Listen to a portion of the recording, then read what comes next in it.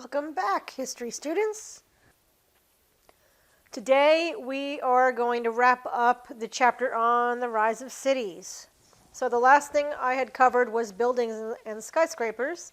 So we're going to start with the rise of city populations or urban populations.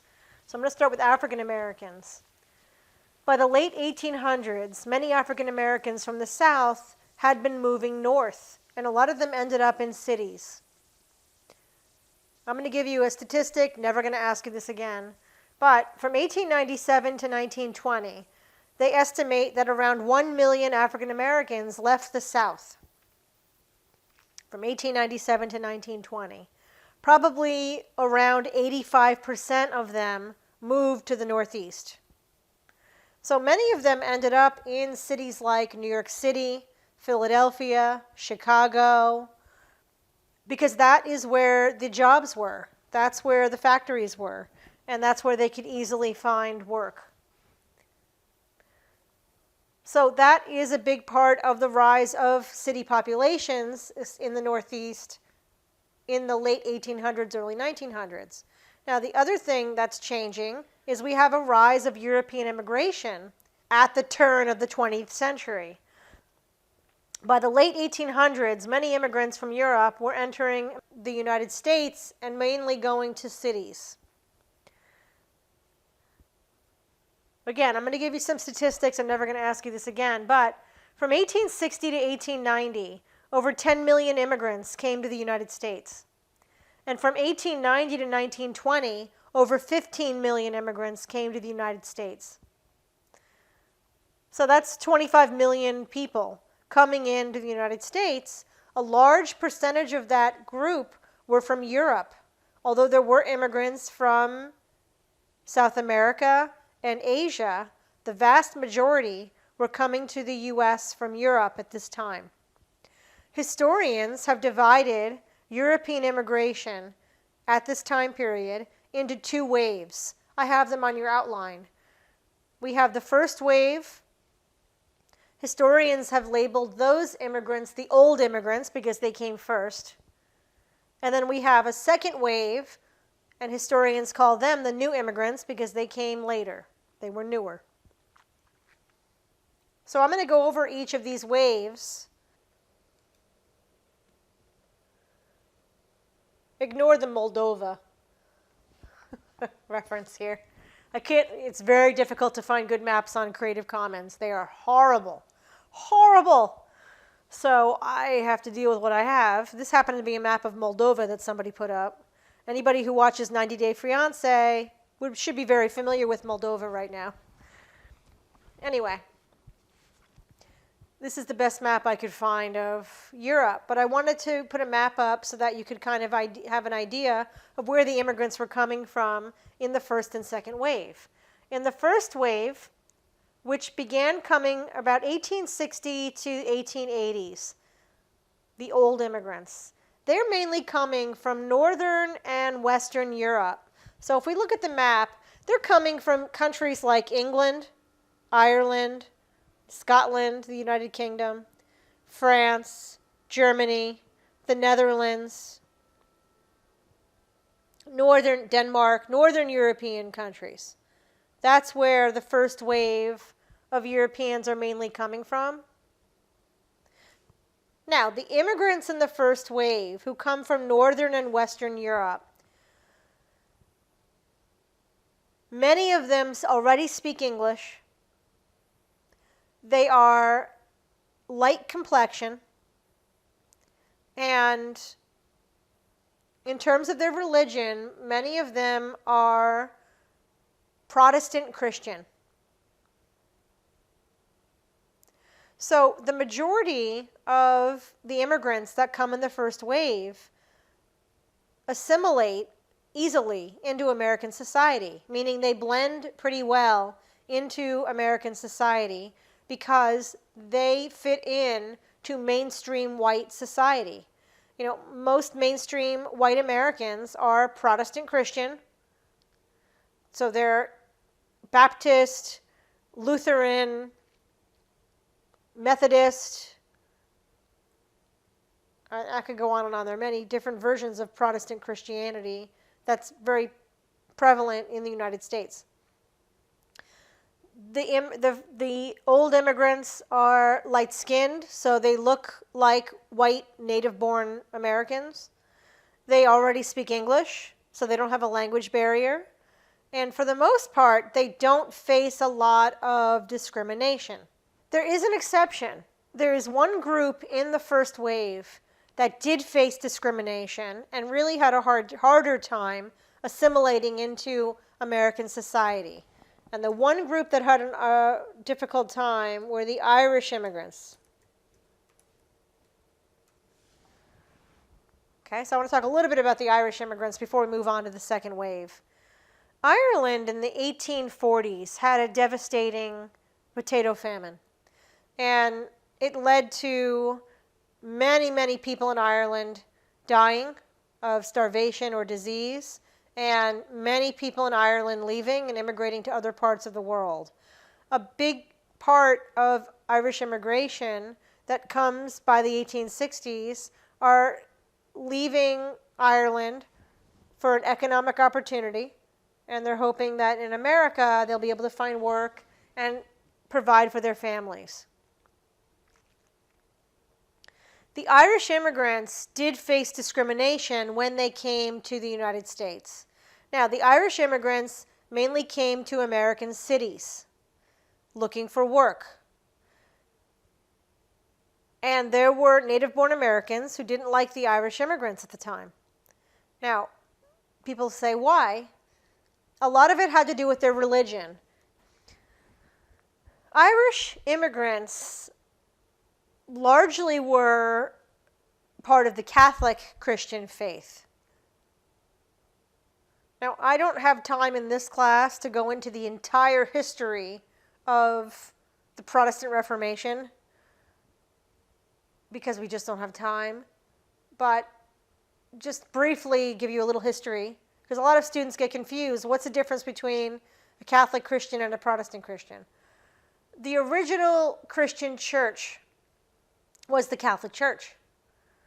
That was founded by St. Peter, one of the disciples of Jesus, in Rome. And that became what we think of as the Catholic Church, led by the Pope. The first Pope was Peter, the disciple of Jesus.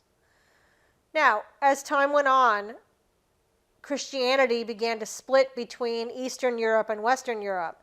In Eastern Europe, we end up having the Orthodox Christian Church. They didn't like the way that the Pope was ruling the church, so they broke away from the Roman Catholic Church and began new Christian churches in Eastern Europe. So there are Christians who are Catholic Christian who follow the Pope. The Pope is the head of the Catholic Church. In Eastern Europe, you have Orthodox Christian churches led by their own hierarchies, their own leaders. And then in the 1500s, we had a Catholic priest named Martin Luther in Germany who led a new movement away from the Catholic Church, a Protestant Reformation, in which he began the Lutheran Church, and that led to the creation of several different Protestant Christian churches. Like the Orthodox Christians, Protestant Christians do not follow the Pope. They're not part of the Catholic Church. They broke away from the Catholic Church in the 1500s. So when we think about Christianity in modern days, there are many different churches that label themselves as Christian, and they all are Christian, but they're not affiliated with the Catholic Church.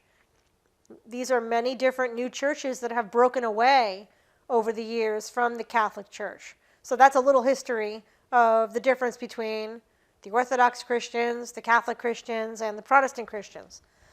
Most native-born Americans in this time period were Protestant Christians. They were part of different Protestant churches. And again, there are many different Protestant churches.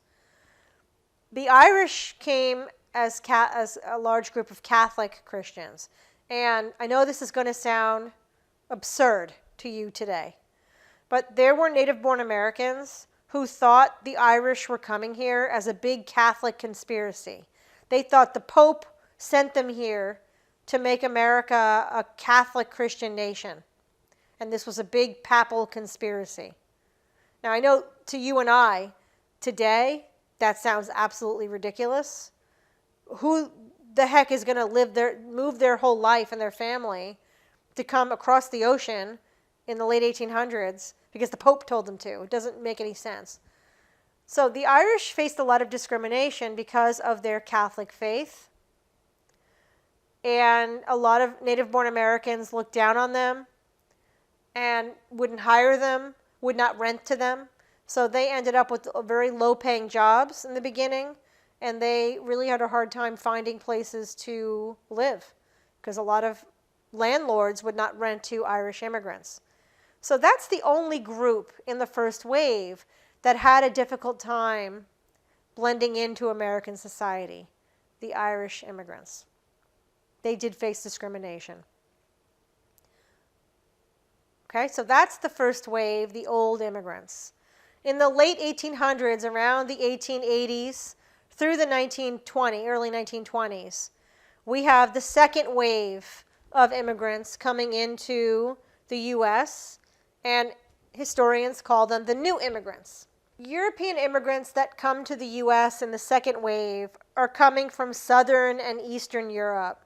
So we're talking about Italy, we're talking about Greece down here, Turkey, we're talking about Eastern European countries, Russia, Poland, this is Poland here, Lithuania, Romania, Hungary. So all of these southern and eastern countries, that's where the second wave are coming from. These immigrants have a darker complexion than the first wave immigrants. They have more of an olive complexion. They often don't speak English. And they tend not to be Protestant Christian. They're either Orthodox Christians, Jewish, or Catholic. I moved that over under second wave new immigrants. Like the Irish immigrants before them, the new immigrants face discrimination. Native-born white Americans looked down on the new immigrants because many of them did not speak English, they had darker complexions, and they were not Protestant Christians. They were Orthodox Christians, Jewish, or of the Catholic Christian faith. Remember, they're from Eastern Europe, Southern Europe. So they have a very difficult time fitting into American society. They face much discrimination. They have to get the lowest paying jobs. They have to live in the poorest neighborhoods because they had very hard time finding any buildings that would rent to them. So oftentimes they had to live in tenement homes that were overcrowded. Now, why are these two groups of immigrants coming to the U.S. 1800s, early 1900s? The majority of them are coming for economic opportunity. Things are hard at home. They can't get work, or the economies are unstable. So they're coming to the U.S. for economic opportunity. Although there are immigrants that are coming for other reasons. Some immigrants are fleeing political uprisings. Some immigrants are fleeing persecution. In Russia, for example, there were persecutions of Jewish people by peasants. And so a lot of people of the Jewish faith were being killed in Russia, and many of them fled the country and ended up coming to the U.S. So not everybody was coming just because of economic reasons. There were people also coming for other reasons.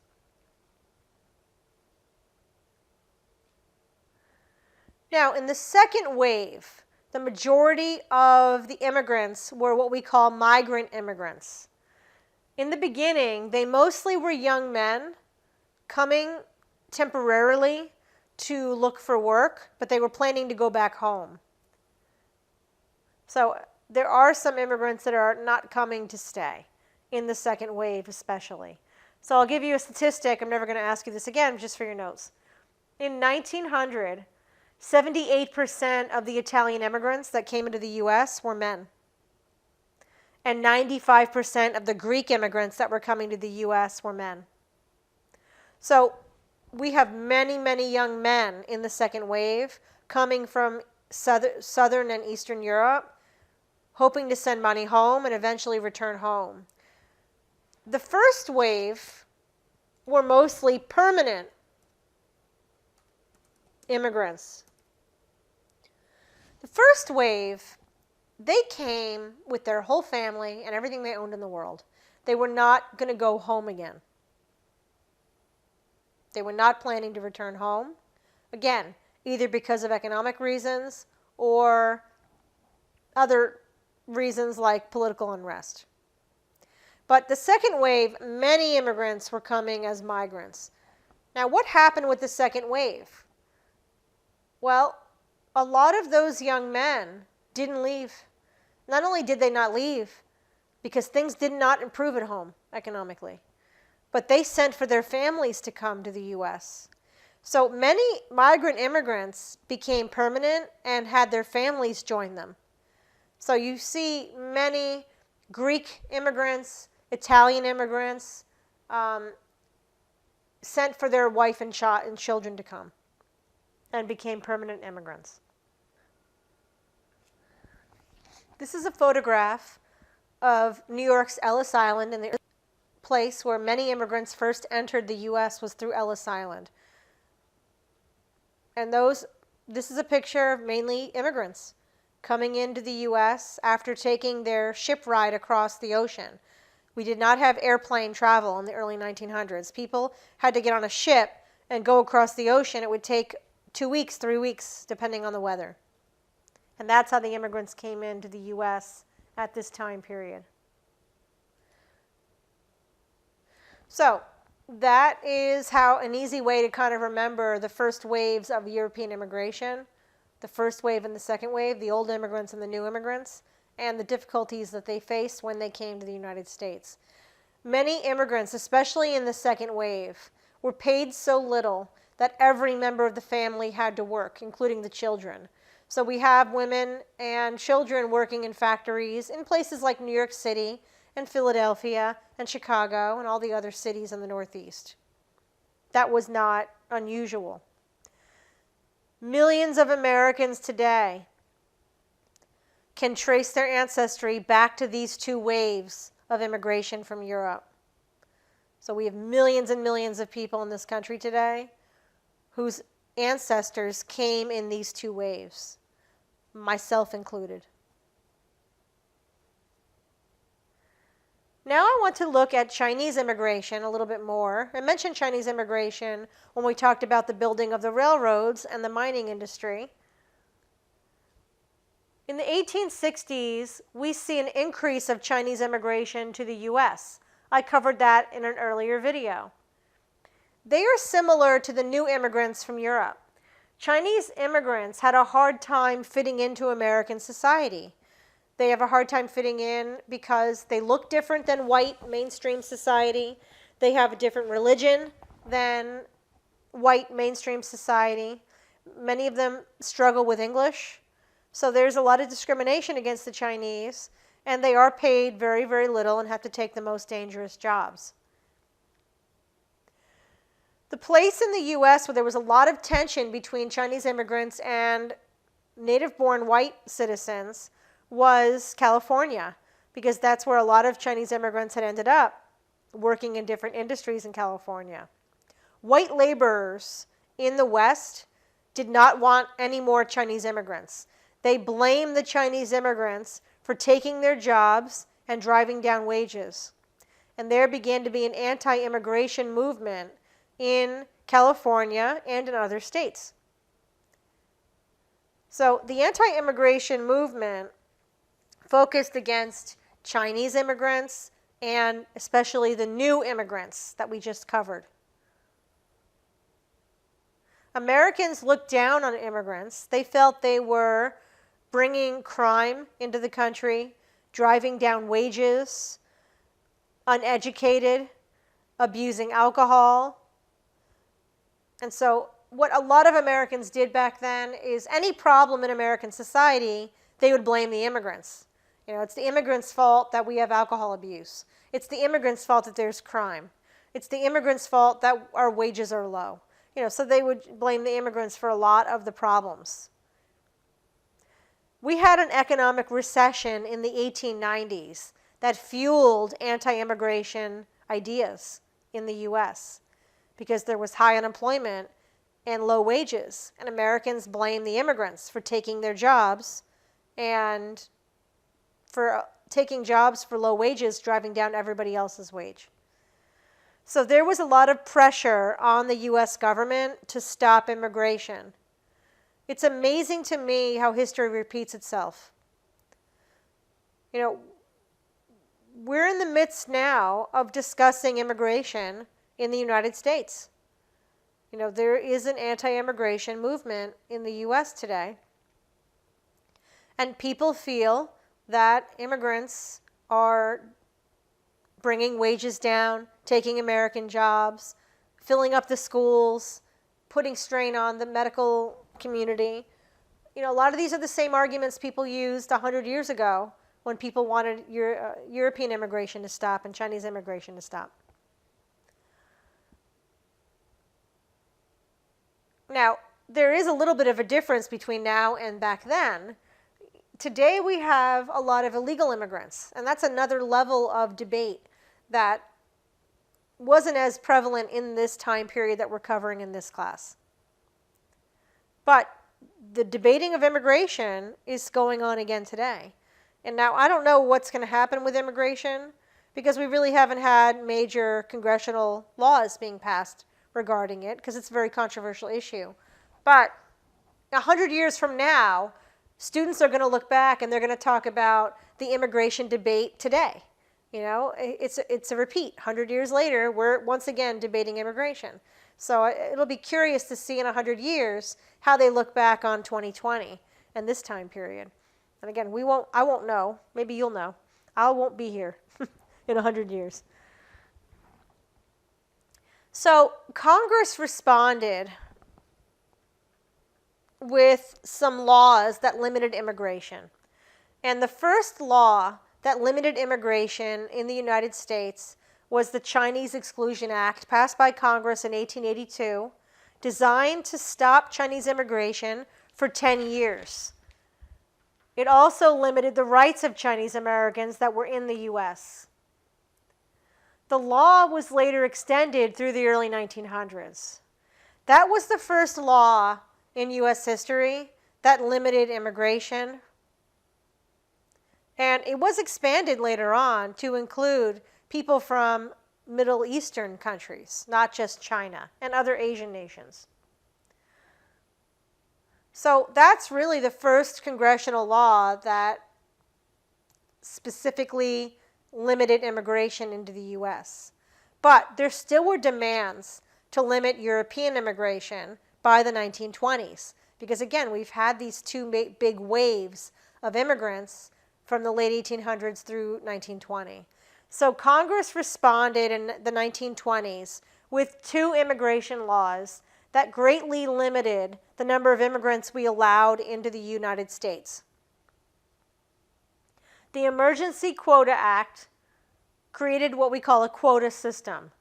It said no more than 3% of any nationality living in the U.S. in 1910 can immigrate to the U.S. for 1 year. In other words, if there are 100,000 people living in the U.S. from Greece in 1910, only 3% of 100,000 people can come to the U.S. in 1921. So that's, 3,000 Greek immigrants.